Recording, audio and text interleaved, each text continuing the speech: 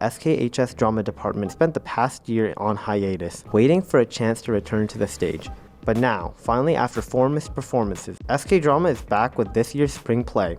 But this year's production isn't your typical spring play. A major difference in this year's production is that it was produced entirely by students. The play is a devised piece, which means that the ensemble has worked together to compose the script, choreography, and audio. Together they collaborated their unique and shared experiences, their related struggles and how they've been dealing with them, to depict the collective feelings of the pandemic and how Corona has affected us as a whole. COVID has affected my life in a lot of ways, as it has all of us. I've always been super involved in the theater and a bunch of other things, so being stuck at home has been kind of difficult. So with this production, I feel like the weight of the past year has kind of been put on making this into the best production possible. Unlike a normal year, they still had to push through many challenges posed by COVID. It definitely has been a challenging year, and it's unlike anything I would have ever imagined.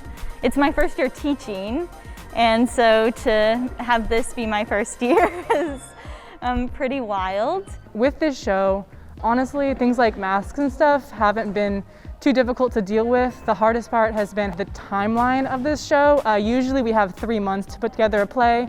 We only had 1 month for this show, and we had to write it from scratch as opposed to working off of a script. So just fitting everything in and working with the time constraints has been the hardest part. We couldn't get a lot of the design aspects done as fast as we normally would, so we're doing a lot of the work during rehearsals instead of actually rehearsing what we should be doing. But we pushed through it by just, everyone kind of got cross-trained on everything. So we'd have some of the actors help fly things and rig stuff. Some of them even helped with the lights, and others helped with costumes and props.